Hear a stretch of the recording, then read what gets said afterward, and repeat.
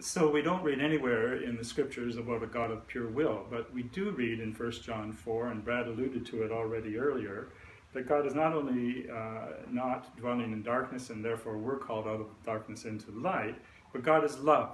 So I want to look at how that has played out in the West, an understanding of God as love, or at least to take that and look at the response to the enemy. We know the classic statement of Jesus in Matthew 5, love your enemies. And again, picking up on the 1 John 4, God is love.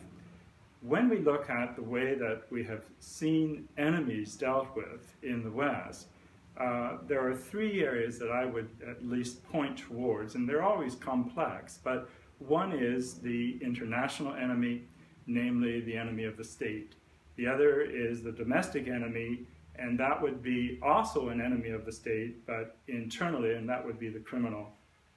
And then finally, there's the enemy of the church, one could argue, and that leads to an understanding of a hell of eternal conscious torment. Well, in response to the international enemy, there are just deserts, and therefore there is just war. And that has been a long-standing tradition. It actually started in the West, as I understand it, with Cicero, a Roman senator, but was picked up on and very much developed by Augustine. And you can get all kinds of literature out there about how it has been developed in terms of up to 7 criteria for just war. What you find a great paucity of is the way in which it has ever been consciously applied by any given state. So there's just war. Then just deserts is the response to the criminal, to the domestic enemy.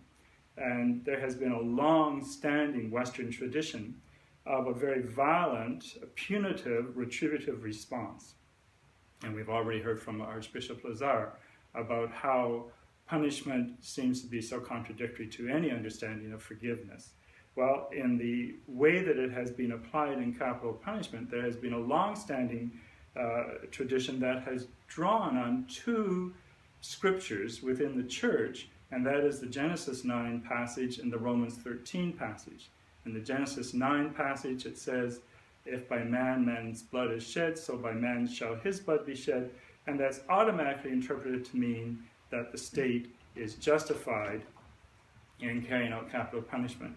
The Romans 13 passage is interpreted likewise as a passage having to do with the state, and there it says that the person is put to death by the sword under the authority of the state. That is how that has been interpreted.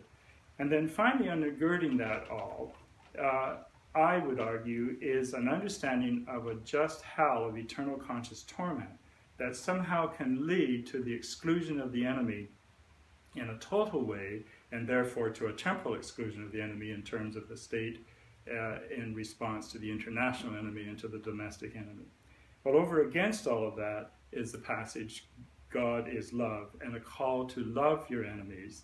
And that would be where lots of work is being done today in a variety of areas in response to those 3 classic ways of response to the enemy: just war, just deserts, and a just hell of eternal conscious punishment.